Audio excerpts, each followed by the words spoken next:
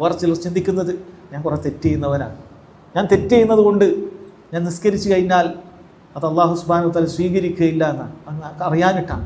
ചിലപ്പോൾ വല്ല ലഹരി ഉപയോഗിക്കുന്നവനാകും, ചിലപ്പോൾ സിഗരറ്റ് വലിക്കുന്നവനാകും, അതല്ലെങ്കിൽ ആ രൂപത്തിൽ എന്തെങ്കിലുമൊക്കെ മാസിയത്തുകൾ തിന്മകൾ ചെയ്യുന്നവനാകും. നിസ്കാരം ഒഴിവാക്കാനുള്ള ഒരു ഉദറല്ല, ഒഴികഴിവല്ല അത്. നീ നിഷിദ്ധങ്ങൾ ചെയ്യുന്നവനാണെങ്കിൽ നിസ്കരിക്കണം, നീ പലിശ കൊടുക്കുന്നവനാണെങ്കിൽ നിസ്കരിക്കണം, നീ ഹറാമുകൾ ചെയ്യുന്നവനാണെങ്കിൽ നിസ്കരിക്കണം, നീ വിഭജിക്കുന്നവനാണെങ്കിൽ നിസ്കരിക്കണം, നീ ലഹരി ഉപയോഗിക്കുന്നവനാണെങ്കിൽ നീ നിസ്കരിക്കണം. ആ നിസ്കാരം നിന്നെ ശരിയാക്കുന്നതാണ്.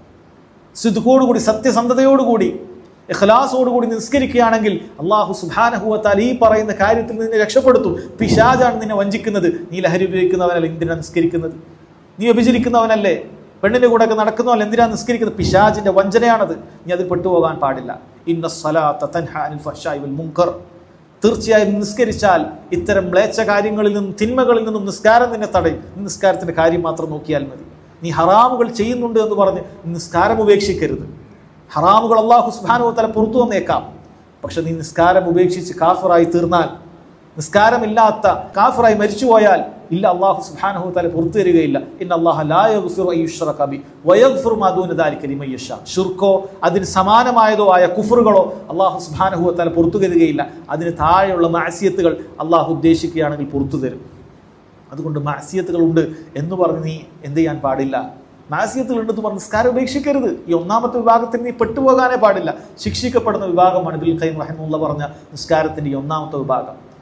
എല്ലാ ആളുകൾക്കും തെറ്റുണ്ട്. കുല്ലു ബനി ആദം ഖത്താ, മനുഷ്യന്മാർക്ക് എല്ലാം തെറ്റുണ്ട്. വഖൈറുൽ ഖത്താഇന തവ്വാബൂൻ, നീ തൗബ ചെയ്യുകയാണെങ്കിൽ അവരാണ് ഏറ്റവും ഖൈറുള്ളവർ. അതുകൊണ്ട് തെറ്റുകൾ സംഭവിക്കുന്നു എന്ന് പറഞ്ഞിട്ട് നിസ്കാരം ഉപേക്ഷിക്കരുത്. അത് പിശാചിന്റെ തന്ത്രമാണ്. നിന്നെ തെറ്റിൽ തന്നെ അടിയുറച്ച് നിർത്താൻ, നിന്നെ ഇങ്ങനെ തന്നെ മരിപ്പിക്കാൻ പിശാചിന്റെ തന്ത്രമാണ്. ആ കെണിയിൽപ്പെട്ടു പോകാൻ പാടില്ല. നിസ്കാരം ഉപേക്ഷിക്കരുത്. നിനക്ക് സിനിമ ഒഴിവാക്കാൻ പറ്റുന്നില്ല, നീ നിസ്കാരം ഉപേക്ഷിക്കരുത്. സംഗീതം ഉപേക്ഷിക്കാൻ പറ്റുന്ന നിസ്കാരം ഉപേക്ഷിക്കരുത്. ഈ ഹറാമുകൾ നിലനിൽക്കുന്നതോടൊപ്പം തന്നെ നീ നിസ്കരിക്കേണ്ടതുണ്ട്. തിരിച്ച് നീ മനസ്സിലാക്കരുത്.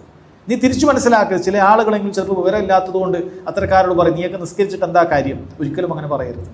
എത്ര വലിയ ഹറാമുകൾ ചെയ്തവനാണെങ്കിലും നിസ്കരിച്ചിട്ട് എന്ത് കാര്യമെന്ന് പറയരുത്. കാരണം നിസ്കരിച്ചിട്ടില്ലെങ്കിൽ അവൻ കാഫിറായി തീരുന്നതാണ്. ഈ ഹറാമുകൾ ചെയ്താൽ കാഫിറാവുകയില്ല. അല്ലാഹു സുബ്ഹാനഹു വ തആല ഉദ്ദേശിച്ചാൽ പുറത്തു കൊടുക്കപ്പെടാവുന്ന ഹറാമുകളാണിത്.